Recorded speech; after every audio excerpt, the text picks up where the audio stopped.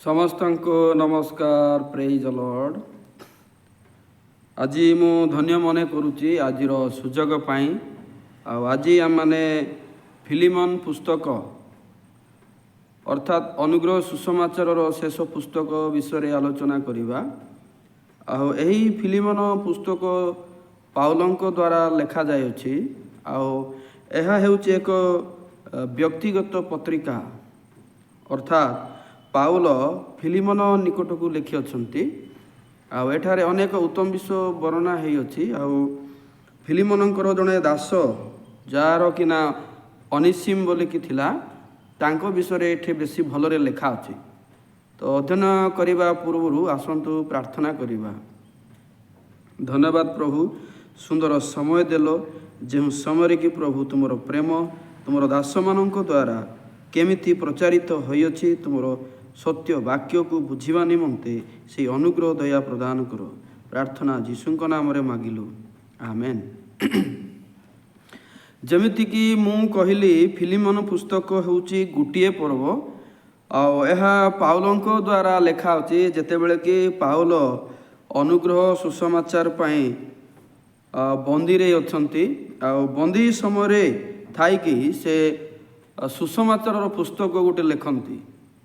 ଆଉ ବନ୍ଦୀ ସମୟରେ ଯେତେବେଳେ ଅଛନ୍ତି, ସେହି ସମୟରେ ଆଉ ଜଣେ ବନ୍ଦୀ ଅଛନ୍ତି, ସେ ହେଉଛନ୍ତି ଆମେ ଦେଖିଛୁ ବାଇବେଲରେ ଅନିସିମ୍। ଅନିସିମ୍ ମଧ୍ୟ ଜେଲରେ ଅଛନ୍ତି। ପାଉଲ ଯେତେବେଳେ ଜେଲରେ ଅଛନ୍ତି, ସେହି ସମୟରେ ଅନିସିମ୍ ମଧ୍ୟ ଜେଲରେ ଅଛନ୍ତି। ସେହି ସମୟରେ ଆମେ ଦେଖୁଛୁ କି ପାଉଲ ଅନିସିମ୍କୁ ସୁସମାଚାର ଦେଇଛନ୍ତି। ଆଉ ଅନିସିମ୍ ହେଉଛନ୍ତି ଫିଲିମନଙ୍କର ଜଣେ ଦାସ। ଆଉ ଫିଲିମନ ହେଉଛନ୍ତି ସାଧୁ ପାଉଲଙ୍କ ଦ୍ୱାରା ସୁସମାଚାର ପାଇଥିବା ଜଣେ ବିଶ୍ୱାସୀ। ଆଉ ଫିଲିମନଙ୍କର ମଧ୍ୟରେ ଏବଂ ଅନିସିମ୍ ମଧ୍ୟରେ ଗୋଟେ ସମସ୍ୟା ଅଛି। ତାହା ହେଉଛି ଅନିସିମ୍ ଫିଲିମନଙ୍କର ପରିବାରରୁ କିଛି ଅଂଶ ଚୋରି କରିକି ସେ ବନ୍ଦୀକୁ ଯାଇଅଛନ୍ତି। ଆଉ ବନ୍ଦୀକୁ ଯାଇଥିବା ସମୟରେ ଠିକ୍ ସେହି ସମୟରେ ପାଉଲ ମଧ୍ୟ ଯେହେତୁ ବନ୍ଦୀରେ ଅଛନ୍ତି, ସେ ପାଉଲଙ୍କର ଦେଖା ପାଆନ୍ତି ଏବଂ ପାଉଲ ତାଙ୍କୁ ସୁସମାଚାର ଦିଅନ୍ତି। ଆଉ ବନ୍ଦୀରେ କାରାଗାରରେ ଅନିସିମ୍ ପାଉଲଙ୍କର ଅନୁଗ୍ରହ ସୁସମାଚାର ଦ୍ୱାରା ପରିତ୍ରାଣ ପାଆନ୍ତି। ସେଥିପାଇଁ ପାଉଲ ଅନିସିମ୍କୁ ଯେପରି ଫିଲିମନ ଗ୍ରହଣ କରିବେ ଆଉ ଅନିସିମ୍ଙ୍କର ସମସ୍ତ ପାପ ଯେପରି କ୍ଷମା କରିବେ, ସେଥିପାଇଁ ପାଉଲ ରୋମରୁ ବା ଜେଲରୁ ସେ ଚିଠି ଲେଖନ୍ତି। ସେହି ବିଷୟ ଆମେ ଟିକେ ଟିକେ ଚିନ୍ତା କରିବା। ଏଇଟା ଗୋଟିଏ ପର୍ବ ମାତ୍ର, ବେଶୀ ସମୟ ହେବ ନାହିଁ। ଆମେ ଯଦି ଦେଖିବା, ସେ ଏକ ପଦରୁ 3 ପଦ ସେ ଅଭିବାଦନ ଜଣାନ୍ତି ବା ତାଙ୍କୁ କଂଗ୍ରାଟ୍ସ କରନ୍ତି, ତାଙ୍କୁ ଅଭିନନ୍ଦନ ଜଣାନ୍ତି। ଏବଂ 4ରୁ ଯଦି ଆମେ 7 ପଦ ଦେଖୁଛୁ, ସେ ଫିଲିମନଙ୍କର ପ୍ରେମ ଓ ବିଶ୍ୱାସ ବିଷୟରେ ପ୍ରକାଶ କରନ୍ତି। ମୁଁ ଯେମିତି କହିଲି, ଫିଲିମନ ହେଉଛନ୍ତି ପାଉଲଙ୍କର ଜଣେ ବିଶ୍ୱାସୀ, ସେ ବାକ୍ୟ ପାଇଛନ୍ତି। ଆଉ ସେହି ଉପରେ ଫିଲିମନଙ୍କର ପ୍ରେମ ବିଶ୍ୱାସ ଉପରେ ଧନ୍ୟବାଦ ଦେଇ 4ରୁ 7 ମଧ୍ୟରେ ପାଉଲ ବର୍ଣ୍ଣନା କରନ୍ତି। ଆଉ 8ରୁ ଶେଷ ପର୍ଯ୍ୟନ୍ତ ଆମେ ଦେଖିବା, ସେହି ସମୟରେ ପାଉଲ ଅନିସିମ୍ ପାଇଁ ଫିଲିମନଙ୍କ ନିକଟରେ ପ୍ରାର୍ଥନା ଭିକ୍ଷା କଲା ପରି ବା ତାଙ୍କେ କେମିତି ଅନିସିମ୍କୁ କ୍ଷମା କରିବେ ଆଉ ଅନିସିମ୍କୁ ଗ୍ରହଣ କରିବେ, ସେ ଉପରେ ବର୍ଣ୍ଣନା କରାଯାଏ। ମାନେ ଅନିସିମ୍ ଯାହା ଭୁଲ କରିଅଛି, ତାଙ୍କର କେତେଟା ଜିନିଷ ଚୋରି କରି ନେଇଅଛି, ଯଦ୍ୱାରା ଅନିସିମ୍ ଏବେ ଜେଲରେ ଅଛି, ସେ ଭୁଲ ପାଇଁ ଯେମିତି ଫିଲିମନ କ୍ଷମା କରିବେ ଆଉ ଅନିସିମ୍କୁ ନିଜର ଦାସ ଭାବରେ ଗ୍ରହଣ କରିବେ, ସେ ଉପରେ ଲେଖା ଅଛି। 8 ପଦ ଦେଖନ୍ତୁ। ଅତଏବ ଯାହା ଉପଯୁକ୍ତ ସେ ସମ୍ବନ୍ଧରେ ତୁମକୁ ଆଦେଶ ଦେବା ପାଇଁ ଖ୍ରୀଷ୍ଟଙ୍କ ସେବକ ସ୍ୱରୂପେ ଯଦ୍ୟପି ମୋହର ସମ୍ପୂର୍ଣ୍ଣ ସାହସ ଅଛି, ତଥାପି ମୁଁ ବୃଦ୍ଧ ପାଉଲ ପ୍ରେମ ହେତୁ ବରଂ ତୁମ୍ଭକୁ ଅନୁରୋଧ କରୁଅଛି, ଖ୍ରୀଷ୍ଟ ଯୀଶୁଙ୍କ ନାମରେ ବର୍ତ୍ତମାନ ବନ୍ଦୀ ଯେ ମୁଁ, ମୋହର ଏପରି ଅବସ୍ଥାରେ ମୋଠାରୁ ଜାତ ମୋହର ବତ୍ସ ଅନିସିମ୍ ନିମନ୍ତେ ତୁମକୁ ଅନୁରୋଧ କରୁଅଛି। ତେଣୁ ସେ ଲେଖୁ ଲେଖୁ ଫିଲିମନକୁ ଲେଖୁଛନ୍ତି ଯେ ମୁଁ ବୃଦ୍ଧ ହେଇଛି ଏବଂ ସୁସମାଚାର ନିମନ୍ତେ ବନ୍ଦୀ ଅଛି। ଆଉ ବନ୍ଦୀର ପରିସ୍ଥିତିରେ ମଧ୍ୟ ଜଣେ ମୋ ଠାରୁ ଜନ୍ମ ନେଇଛି, ମୋ ଠାରୁ ଜାତ ହେଇଛି। ତ ଏଇଟା କେଉଁ ପ୍ରକାର ଜାତ ନା ଅନୁଗ୍ରହ ସୁସମାଚାର ଦ୍ୱାରା ବାକ୍ୟ ଶୁଣିକି ଜଣେ ଅନିସିମ୍ ଯିଏକି ଦୋଷୀ, ଯିଏକି ଅପରାଧୀ କ୍ଷମା ପାଇଅଛି। ଆଉ ସେଇ ଲୋକ ଯେ ଫିଲିମୋନର ଦାସ ଥିଲେ ଆଉ ଫିଲିମୋନଙ୍କ ଠାରୁ ଚୋର କରିକି ଆଣିଥିଲେ ତାହା ପାଉଲ ଜାଣିଥିବାରୁ ଏବେ ଫିଲିମୋନଙ୍କୁ ଅନିସିମ୍ ବିଷୟରେ ଅନୁରୋଧ କରୁଛନ୍ତି। ସେ ପୂର୍ବରେ ତୁମ୍ଭ ନିମନ୍ତେ ଅକର୍ମଣୀୟ ଥିଲା, କିନ୍ତୁ ଏବେ ତୁମ୍ଭର ଓ ମୋହର ଉଭୟଙ୍କର ଉପକାରୀ ହୋଇଅଛି। ଦେଖନ୍ତୁ ଏଠାରେ ଲେଖା ଅଛି ଯେ ଫିଲିମୋନକୁ ପାଉଲ କହୁଛନ୍ତି ଅନିସିମ୍ ପୂର୍ବେ ତୁମର ସେ ଅପକାର ହେଇକି ଥିଲା, ଅଦରକାରୀ ହେଇକି ଥିଲା, କିନ୍ତୁ ଏବେ ଯେତେବେଳେ ସେ ସୁସମାଚାର ଶୁଣିଛି, ପାପ କ୍ଷମା ବା ପରିତ୍ରାଣ ପାଇଛି, ତେଣୁ ସେ ତୁମର ଏବଂ ମୋର ଉଭୟଙ୍କର ଜଣେ ଆବଶ୍ୟକ ପାତ୍ର ହେଇଛି। ତାପରେ ସେ ତ ମୋହର ହୃଦୟ ସ୍ୱରୂପ, ମୁଁ ତାହାକୁ ତୁମ୍ଭ ନିକଟକୁ ଫେରାଇ ପଠାଉଅଛି। ଦେଖନ୍ତୁ ଏଠାରେ ପାଉଲ ଅନିସିମ୍କୁ ଭଲରେ ଜାଣିଛନ୍ତି ଆଉ ଅନିସିମ୍ ପ୍ରକୃତରେ ପରିତ୍ରାଣ ପାଇଛନ୍ତି। ଆଉ ତେଣୁ ଲେଖା ଅଛି ଯେ ଅନିସିମ୍ ମୋହର ଗୋଟେ ହୃଦୟ ସ୍ୱରୂପ ହୋଇଅଛି ଏବଂ ମୁଁ ତାହାଙ୍କୁ ତୁମ ନିକଟକୁ ଫେରାଉଅଛି, ତୁମେ ତାଙ୍କୁ କ୍ଷମା କରି ଗ୍ରହଣ କର। 13 ସୁସମାଚାର ନିମନ୍ତେ ବନ୍ଧନ ଅବସ୍ଥାରେ ତାହାକୁ ତୁମ୍ଭ ସ୍ଥାନରେ ମୋହର ସେବା କରିବା ପାଇଁ ପାଖରେ ରଖିବାକୁ ମୋହର ମନ ହେଉଥିଲା। ସୁସମାଚାର ପାଇଁ ଯେତେବେଳେ ମୁଁ ସମସ୍ୟାରେ ଅଛି, ମୋତେ ଲାଗୁଛି ଯେ ଅନିସିମ୍ ତୁମ ପାଖରେ ରହିକି ସେ ସେବା କରିପାରିବ, ସହଯୋଗ କରିପାରିବ ବୋଲି ମୋର ମନେ ହେଉଛି। କିନ୍ତୁ ତୁମର ସମ୍ମତି ନ ନେଇ ମୁଁ କିଛି କରିବାକୁ ଇଚ୍ଛା କଲି ନାହିଁ, ଯେପରି ତୁମର ଉତ୍ତମ କାର୍ଯ୍ୟ ବଳାତ୍କାରରେ କଲାପରି ନ ହୋଇ ସ୍ୱଚ୍ଛନ୍ଦ ମନରେ ହେବ। ଏଠି ପାଉଲ କ'ଣ କହୁଛନ୍ତି ଫିଲିମୋନକୁ, ମାନେ ଅନିସିମ୍ ଜଣେ ଉପକାରୀ ହେଇଛି, ଆମର ସେବା କାର୍ଯ୍ୟରେ ସାହାଯ୍ୟରେ ଆସିବ, ତେଣୁ ତାକୁ ରଖିବା ନିମନ୍ତେ ମୁଁ ଚାହୁଁଛି, କିନ୍ତୁ ତାହା ବଳାତ୍କାର କଲାପରି ନ ହୋଇକି ତୁମର ପରାମର୍ଶ କରିକି ଆଉ ଈଶ୍ୱରଙ୍କର ପବିତ୍ର ସେବା କାର୍ଯ୍ୟ ଯେମିତିକି ସ୍ୱଚ୍ଛ ଭାବରେ ହେଇପାରିବ, ସେଥିପାଇଁ ତୁମକୁ ଏହି ସମସ୍ତ ବିଷୟ ଜଣାଉଅଛି ବୋଲି କହୁଛନ୍ତି। କାରଣ ହୋଇପାରେ ଯେପରି ତୁମେ ତାହାକୁ ଆଉ ଦାସ ସ୍ୱରୂପେ ନ ପାଇ ବରଂ ଦାସ ଠାରୁ ଶ୍ରେଷ୍ଠ, ଅର୍ଥାତ୍ ଜଣେ ପ୍ରିୟ ଭ୍ରାତା ସ୍ୱରୂପେ ଚିରକାଳ ପାଇଁ ପାଇପାର, ଏଥିପାଇଁ ସେ କିଛି କାଳ ନିମନ୍ତେ ତୁମ୍ଭଠାରୁ ଅନ୍ତର ହୋଇଥିଲା। ଦେଖନ୍ତୁ ଏଠାରେ ପାଉଲ ଫିଲିମୋନ ଆଉ ଅନିସିମ୍ର ବନ୍ଧନ ବିଷୟରେ କହୁଛନ୍ତି ଯେ ଯେତେବେଳେ ଅନିସିମ୍ ତୁମ ପାଖରେ ଜଣେ ଦାସ ହେଇକି ଥିଲେ, ତୁମର ସାହାଯ୍ୟ କରୁଥିଲେ, ଯେତେବେଳେ ସେ ଚୋର କରିକି ଗୋଟେ ଭୁଲ କାମ କରିକି ଯେଉଁ ଜେଲ୍ ଯାଇଛନ୍ତି ଆଉ ମୁଁ ସୁସମାଚାର ଦେଇ ତାକୁ ଯେଉଁ ପରିତ୍ରାଣ ଦେଇଛି, ତାର ଅର୍ଥ ସେ ବର୍ଣ୍ଣନା କରୁଛନ୍ତି କ'ଣ ବୋଲି, ତୁମେ ଆଗରେ ତାଙ୍କୁ ଗୋଟେ ଖାଲି ଦାସ ଭାବରେ ପାଇଥିଲ, ଗୋଟେ ଚାକର ଭାବରେ ପାଇଥିଲ, କିନ୍ତୁ ଏବେ ଦାସ ଠାରୁ ଶ୍ରେଷ୍ଠ ଗୋଟେ ଆମର ନିଜର ପ୍ରିୟ ଭାଇ ସୁସମାଚାରରେ ଜଣେ ସହଯୋଗୀ ଭାବରେ ପାଇପାର। ହୁଏତ ଏହି ଉଦ୍ଦେଶ୍ୟରେ ଅନିସିମ୍ ତୁମଠାରୁ କେତେ କାଳ ଦୂରରେ ରହିଲା ବୋଲି କହୁଛନ୍ତି। ଅର୍ଥ ଅନିସିମ୍ ଯେଉଁ ତୁମଠାରୁ ଦୂରକୁ ଯାଇଛି, ଭୁଲ କାର୍ଯ୍ୟ କରିକି ଜେଲକୁ ଯାଇଛି, ତାହାର କାରଣ ହେଉଛି ଯେ ସେ ତୁମର ଏବେ ଦାସ ନୁହେଁ, ଦାସ ଠାରୁ ଅଧିକ ଭାବରେ ତୁମଠାରେ ସେ କାର୍ଯ୍ୟ କରିବ ବୋଲି ମୁଁ ବିଶ୍ୱାସ କରୁଛି। ଯେହେତୁ ଅନିସିମ୍ ସୁସମାଚାର ଶୁଣି ପାପ କ୍ଷମା ପାଇ ବା ପରିତ୍ରାଣ ପାଇ ବହୁତ ବଦଳିଛି, ତେଣୁ ତାଙ୍କ ନିମନ୍ତେ ମୁଁ କହୁଛି ତୁମେ ତାଙ୍କର ସବୁ ବିଷୟକୁ କ୍ଷମା କରିବା ଦରକାର ଏବଂ ତାଙ୍କର ସେବା କାର୍ଯ୍ୟରେ ଗ୍ରହଣ କରିବା ଆବଶ୍ୟକ ଅଛି। 16 ବିଶେଷରେ ସେ ମୋର ଜଣେ ପ୍ରିୟ ଭ୍ରାତା, ଅତଏବ ଶରୀରରେ ଓ ମଧ୍ୟ ପ୍ରଭୁଙ୍କଠାରେ ତୁମ୍ଭ ପ୍ରତି ଅବା କେତେ ଅଧିକ ପ୍ରିୟ ନ ହେବ। ଦେଖନ୍ତୁ ପାଉଲ କହୁଛି କି ଅନିସିମ୍ ମୋ ପାଇଁ କେତେ ମୂଲ୍ୟବାନର ବିଷୟ ହେଇଛି, ଗୋଟେ ପ୍ରିୟ ଭାଇ ହେଇଛି, ଶାରୀରିକ ଭାବରେ ମଧ୍ୟ ଏବଂ ପ୍ରଭୁଙ୍କ ନିକଟରେ ମଧ୍ୟ ହେଇଛି। ଯେହେତୁ ମୋ ଠାରେ ଅନିସିମ୍ ଏତେ ମୂଲ୍ୟବାନ ଭାବରେ ମୋତେ ଦେଖାଯାଉଛି ସୁସମାଚାର ପାଇଲା ପରେ, ମୁଁ ନିଶ୍ଚିତ ଆଶା କରୁଛି ସେ ତମଠାରେ ଆହୁରି ମୋ ଠାରୁ ଅଧିକ ସେବାକାରୀ ଭାବରେ ତମ ନିକଟରେ ସେ କାର୍ଯ୍ୟ କରିବ ବୋଲି କହୁଛନ୍ତି। ଏଣୁ ଯଦି ତୁମେ ମୋତେ ଜଣେ ସହଭାଗୀ ବୋଲି ମନେ କର, ତାହେଲେ ମୋତେ ଗ୍ରହଣ କଲା ପରେ ତାହାଙ୍କୁ ଗ୍ରହଣ କର। 17 ପଦ ଦେଖନ୍ତୁ, ଯଦି ତୁମେ ମୋତେ ସହଭାଗୀ ବୋଲି ଭାବୁଛ, ପାଉଲ ଫିଲିମନକୁ କହୁଛନ୍ତି ଯେ ତୁମେ ତ ମୋତେ ଗ୍ରହଣ କରିଛ ଗୋଟେ ସୌଭାଗୀ ଭାବରେ, ଆଉ ତୁମର ସମସ୍ତ କାର୍ଯ୍ୟରେ ମୋର ଅଂଶୀଦାର ଅଛି ବୋଲି ତୁମେ ଯେହେତୁ ଗ୍ରହଣ କରିଛ, ସେଥିପାଇଁ ମୁଁ ଅନିସିମ ପାଇଁ ନିବେଦନ କରୁଛି କି ଯେ ତୁମେ ତାକୁ ମୋତେ ଯେମିତି ଗ୍ରହଣ କରିଛ, ମୋତେ ଯେମିତି ତୁମେ ନିଜର କରିଛ, ସେମିତି ଅନିସିମକୁ ମଧ୍ୟ ତୁମେ ଗ୍ରହଣ କର। ଦେଖନ୍ତୁ, ଅନିସିମ ଜଣେ ଅପରାଧୀ ଆଉ ଦୁଷ୍ଟ ପ୍ରକୃତି ହେଇକି ସେ ଜେଲକୁ ଯାଇଛି। ସେ ଫିଲିମନଙ୍କର କିଛି ଗୋଟେ ବିଷୟ ଚୋର କରିକି ସେ ଅପରାଧରେ ଧରା ପଡ଼ିକି ଜେଲରେ ଅଛି। କିନ୍ତୁ ଏବେ କ'ଣ ହେଇଛି, ଅନିସିମ ପାଉଲଙ୍କର ବାକ୍ୟ ଶୁଣିକି ଅନୁଗ୍ରହ ସୁସମାଚାର ଶୁଣିକି ତାଙ୍କର ସବୁ ଦିଗ ବଦଳିଛି। ସେଥିପାଇଁ ପାଉଲ କହୁଛନ୍ତି ତୁମେ ମୋତେ ଗ୍ରହଣ ଯେମିତି କରିଛ ତାଙ୍କୁ ମଧ୍ୟ ସେମିତି ଗ୍ରହଣ କର।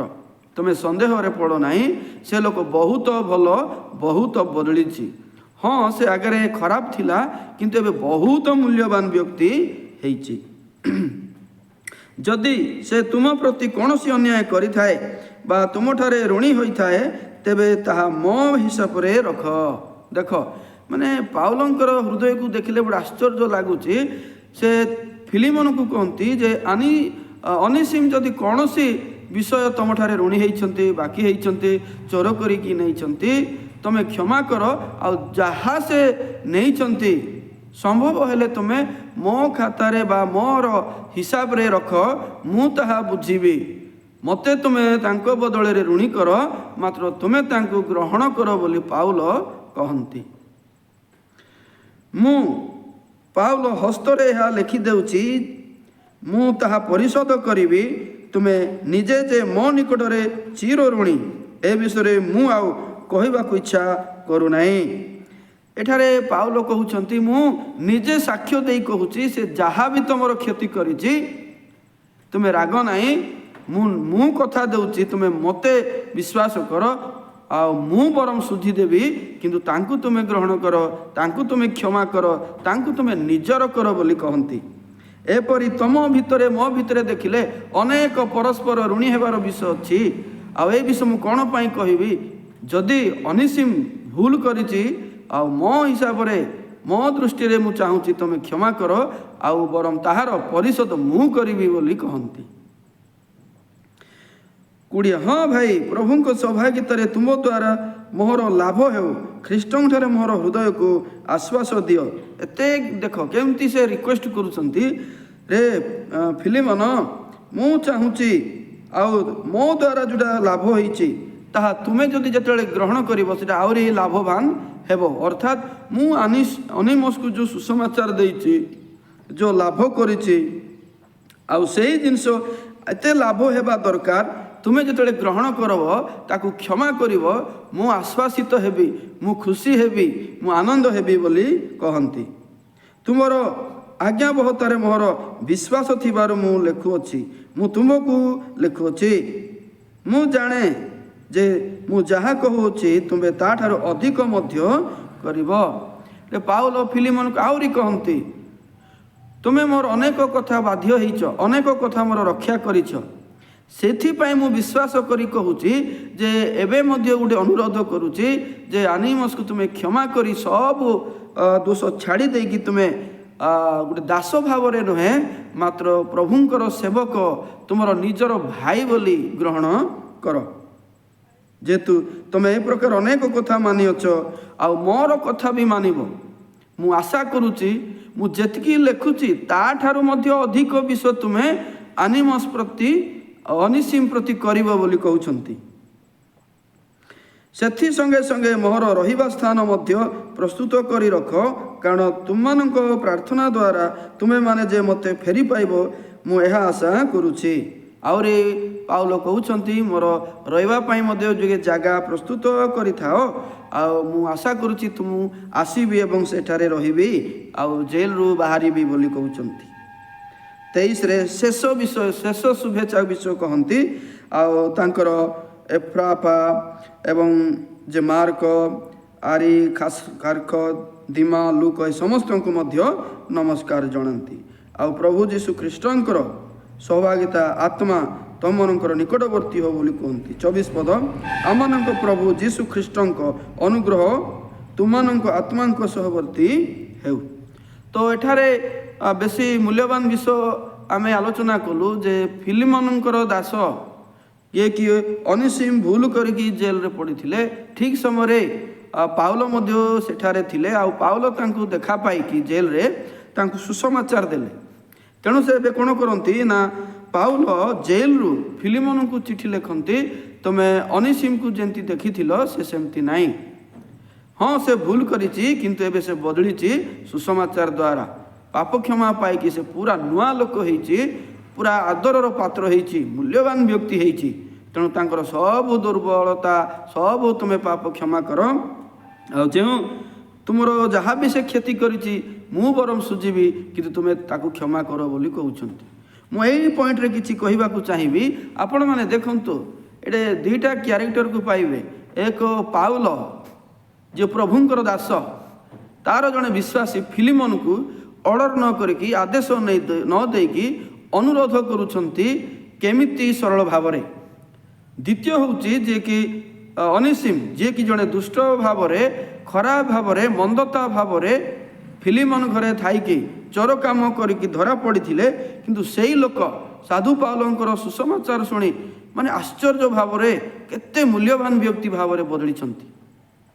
ଖ୍ରୀଷ୍ଟରେ ଭାଇ ଭଉଣୀମାନେ, ପ୍ରଭୁଙ୍କର ଦାସମାନେ, ଆଜି ଅନେକ ଲୋକମାନେ କହନ୍ତି ଏମିତି କେମିତି ହେବ, ଏମିତି କାହିଁକି ହେବ, ଅନୁଗ୍ରହ ସୁସମାଚାର କେମିତି, ବ୍ୟବସ୍ଥା ପାଳନ ନ କଲେ କେମିତି, ଅନେକ ଯୁକ୍ତି ବାଢ଼ାନ୍ତି।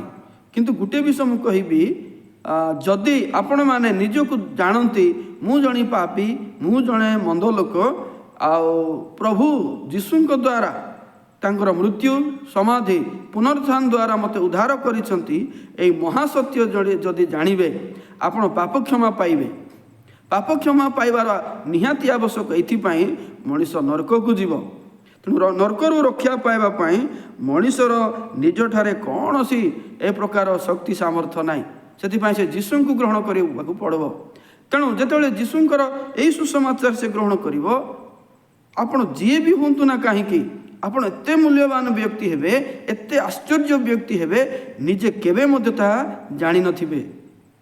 ତେଣୁ ପ୍ରଭୁଙ୍କ ବାକ୍ୟରେ ଏତେ ସତ୍ୟତା ଅଛି ଆଉ ଏତେ ଶକ୍ତି ଅଛି। ଆମମାନଙ୍କର ଦୁର୍ବଳତା ବାଦେ, ଆମମାନଙ୍କର ଖରାପ ଗୁଣ ବାଦେ ଯେତେବେଳେ ବାକ୍ୟ ଶୁଣୁଛୁ, ଗୋଟେ ଅନ୍ଧାର ଘରେ ଯେତେବେଳେ ଆମେ ଲାଇଟ୍ ଲଗାଉଛୁ, ଯେମିତି ଅନ୍ଧକାର ଚାଲିଯାଏ, ଠିକ୍ ସେମିତି ଆମର ପାପମୟ ଦୁନିଆରେ ଅନିମସ୍ର ଜୀବନରେ ଯେତେବେଳେ ଈଶ୍ୱରଙ୍କର ବାକ୍ୟ ପ୍ରବେଶ କଲା, ସବୁ ବଦଳିଗଲା। ଠିକ୍ ଆମ ଜୀବନରେ ମଧ୍ୟ ସେମିତି ବଦଳିବ। କାହିଁକି ଯୀଶୁ କହିଲେ ମୁଁ ଜଗତର ଜ୍ୟୋତି। ଯୀଶୁ ହେଉଛନ୍ତି ଜଗତର ଜ୍ୟୋତି, ଆମର ବ୍ୟକ୍ତିଗତ ଲାଇଫ୍ର ସେ ଜ୍ୟୋତି। ଆମଠାରେ ଯେତେବେଳେ ପ୍ରବେଶ କରିବେ ସବୁ ଅନ୍ଧକାର ଚେଞ୍ଜ ହେବ। এই ଅନ୍ଧକାର ଦୂର କରିବା ପାଇଁ, ଅନ୍ଧକାର ଯାଉ ବୋଲି କହିବା ପାଇଁ ଚେଷ୍ଟା କରାଯିବା ଉଚିତ ନାହିଁ, ବରଂ ସୁସମାଚାରକୁ ସରଳ ଭାବରେ ଗ୍ରହଣ କରିବା ଦରକାର। ପ୍ରଥମତଃ ନିଜକୁ ଜାଣିବା ଦରକାର ମୁଁ କେମିତି ମନ୍ଦ। ମଣିଷ ନିଜକୁ ଭଲ ବୋଲି ଭାବୁଥିବାରୁ ଆଜି ସୁସମାଚାର ଭିତରେ ଯେଉଁ ଆନନ୍ଦ ଅଛି ସେ ପାଇପାରୁନାହିଁ। ତେଣୁ ଅନିମିଷ ଜଣେ ଲୋକ ଏତେ ମନ୍ଦ ଥାଇକି ଯେତେବେଳେ ପାଉଲଙ୍କର ଅନୁଗ୍ରହ ସୁସମାଚାର ଶୁଣିଲେ, ତାଙ୍କର ସମଗ୍ର ଜୀବନ ବଦଳିଗଲା। ଏବଂ ପାଉଲ ଜଣେ ପ୍ରଭୁଙ୍କର ଏତେ ବଡ଼ ଦାସ ହେଇକି ଫିଲିମନ ନିକଟରେ ଅନୁରୋଧ କରନ୍ତି ଯେ ତୁମେ ଗ୍ରହଣ କର। ତେଣୁ ଏଠାରେ ଜଣେ ବଡ଼ ଲୋକ ହେଇକି ଫିଲିମନକୁ ଅନୁରୋଧ କରିବାଟା ମଧ୍ୟ ଏତେ ଆଶ୍ଚର୍ଯ୍ୟ ବିଷୟ ମନେ ହୁଏ। ଏବଂ ଅନିସିମ୍ ଯିଏକି ଦୁଷ୍ଟ ଥିଲେ, ପାପ କ୍ଷମା ପାଇଁ କେତେ ବଦଳିଛନ୍ତି, ସେଇଟା ବି ଗୋଟେ ଆଶ୍ଚର୍ଯ୍ୟ ବିଷୟ ହୁଏ। କିନ୍ତୁ ଆପଣ ଏବଂ ମୁଁ ଠିକ୍ ସେଇ ପ୍ରକାର ହେଇପାରିବା ଯେତେବେଳେ ଆମେ ବାକ୍ୟ ଧାରେ ସମର୍ପିତ ହେବା। এই ଜଗତ ରଙ୍ଗ ରହସ୍ୟ ଏସବୁ ଛାଡ଼ିକି ଯେତେବେଳେ ବାକ୍ୟ ନିକଟକୁ ପ୍ରବେଶ କରିବା, ଆମମାନଙ୍କର ଜୀବନ ସେମିତି ବଦଳିବ। ଅନେକ ସମୟରେ ଆମେ ଯେତେବେଳେ ବାକ୍ୟ ଜାଣୁ କି ପ୍ରଚାରକ ଭାବରେ ଛିଡ଼ା ହେଉ, ଆମକୁ ଗର୍ବ ମନୋଭାବ ହୁଏ, ଆମେ ନିଜକୁ ଉଚ୍ଚ ମନୋଭାବ କରିଥାଉ। କିନ୍ତୁ ବାକ୍ୟରେ ଆମେ ଦେଖୁଛୁ ଏମିତି କୌଣସି ଲୋକ ନାହିଁ ଯେ ନିଜର ଗର୍ବକୁ ପରିତ୍ୟାଗ କରିନାହିଁ। ତେଣୁ ବାକ୍ୟ ଜାଣିବା ଦ୍ୱାରା ଗର୍ବ ପରିତ୍ୟାଗ ହେବ, ନିଜର ଉଚ୍ଚ ମନୋଭାବ ଚାଲିଯିବ, ଆଉ ପ୍ରଭୁ ମାଲିକ ହେବେ। ସେଥିପାଇଁ ଯଦି ଆମମାନଙ୍କ ଜୀବନରେ ଗର୍ବ କିଛି ଗୋଟେ ଉଚ୍ଚ ମନୋଭାବ ରହୁଛି, ସେଠି ଜଣାପଡ଼ୁଛି କି ପ୍ରଭୁ ଆମକୁ କମ୍ପ୍ଲିଟଲି ସାହାଯ୍ୟ କରିନାହାନ୍ତି। प्रभु कम्प्लीटली साहाय्य करना माने कौन आम समर्पित होइनु आमे कम्प्लीटली समर्पित होइनु अनेक समय आम एक्टिंग कलापरी प्रभुंकर दास परी जीवन यापन कले सेटा केबे भी चेंज करिवो नाही से जगार देखु आपण किए हेबे आपण पाउल हेबे कि आपण अनिसिम हेबे कि ना आपण फिलिमन हेबे फिलिमन जी कि निजर क्षति होती से अनिसिम को जेल करिसंती किंतु एबे से शुणुचंती तांको क्षमा करिवार अछि तांको ग्रहण करिवार अछि काहेकि तांकर पालक जे कि साधु पाल तांको सजेशन देउचंती तेणु एटे फिलिमन ग्रहण करिया को बाध्य मु क्षमा करिवि नाही मु छाड़िबि नाही कहि पारबो नाही सेमिति आम माने मध्य आमर आत्मिक भाई मानकर द्वारा जेतेबेले अनुयोग प्राप्त होउछु आम माने बदलिवार अछि आम माने ग्रहण करिवार अछि फिलिमन परी एवं अनिसिम परी जदि आमर दुर्बलता पाप अच्छी तेबे से पाप सुसमाचार पाइला परे आमे बदलिवार आवश्यक अच्छी एटा चेष्टा द्वारा नुहे आपण नम्र करिकी निजर दुर्बलता जानिकी जदि ख्रीष्ट को ग्रहण करेंगे आपण बदली जिवे देखु जितेबले अनिसिम गोटे दास होइकी बाहर थिले से भल लोक नथिले जितेबले से जेल को गले सेइटे लगुला कि यहाँ गोटे जेल ये किसी ना कि कष्ट अच्छे किंतु आश्चर्यर विषय जेल भितर मुक्ति अच्छी कि मुक्ति पाप क्षमा मुक्ति अच्छी जागतिक भाव में जगत दृष्टि से अनिसिम पाई जेल थिला किंतु आत्मिक दृष्टि अनिसिम पाई यह एक मुक्तिर घर थिला मुक्तिर संवादर सुजोग थिला तेणु बेले बेले आम जीवन में अनेक विषय अच्छी एटा मो पाई कष्ट एटा जेल एटा कांद एटा मु सही पारिबि नाही एंती अच्छी के जाने से परिस्थिति ही आपण माने पाप क्षमा पाई पारंती से परिस्थिति ही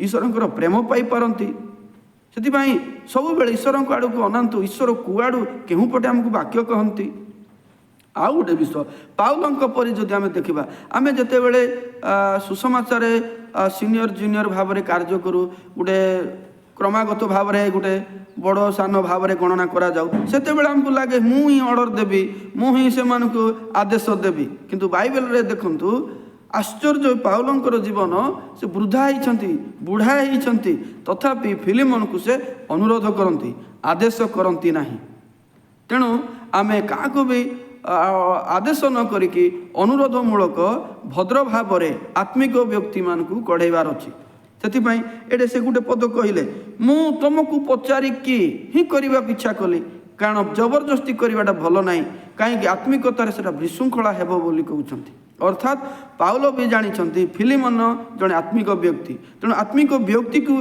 केमती व्यवहार करने दरकार से जानी से आत्मिक व्यक्ति सहित कथा हेबाटा आ दुष्ट प्रकृति लोक मान सहित कथा हेबाटा बाइबल रे फरक अच्छी तेणु आज आलोचन आपण मैंने बहुत विषय जानी बोली मु आशा करुच्ची आई विषय द्वारा निजक अनुप्राणित करूँ निजक बदलातु आ वाक्य भितर प्रवेश करूँ एक संसार मोह माया पिला छुआ टंका पैसा आमे जो संस्थार थाउना कहीं से आमको चिरकाल रक्षा करिवो नाही प्रिय भाई भणी माने प्रभु होउछंती सत्य वाक्य होउछि सत्य आज गोटे डिनोमिनेशन से डिनोमिनेशन सहित मिशु नाही से पालक गोष्ठी सहित मिशु नाही एटा बहुत दुखर विषय एटा गोटे पापी को गोटे अपराधी को क्षमा करने पाउल लिखती सुसमाचार द्वारा किंतु आमे आम दल भितर एक प्रकार समस्या अच्छी तेणु आमे निजको सुधारिबा दरकार जीवन जगत रे थिला पर्यंत किसी समस्या नहीं किंतु मरीगले आपणकर स्थिति कौन हेब आपण जानती समस्त आम चिंता करार अच्छी यही जीवन आज अच्छी काली ना आमर बयस द्रुत गति रे बढ़िबार लगी से आम मैंने पाउल परी हेबा उचित आम मैंने अनिसिम परी हेबा उचित आम फिलिमन परी हेबा उचित तेबे वाक्य जहाँ चाहूँगी ताहा आमे पाई परिबा मु आशा करुच्ची आज शिक्षा आपण मानू आत्मिक दिगरे बहुत उपकारी होइथिबो जदि उपकारी होइछि आपण माने निश्चित कमेंट करंतु मते जेपरि उत्साहित हेबो एवं आगामी वीडियो मान बढ़े तैयारी करिया पई मते अनुयोग बा सुयोग मिलिबो आ कोनोसी विषय चाहूथिले आपण माने कमेंट करि परिबे आ नुआरे शुणुथिले तो निश्चित सब्सक्राइब करंतु जेपरि अनेक ए प्रकार सुंदर सुंदर वीडियो आसीबो आपण माने सुनिबा को पाइबे आ आज पई एतकी कहबी समस्त को प्रेज द लॉर्ड नमस्कार।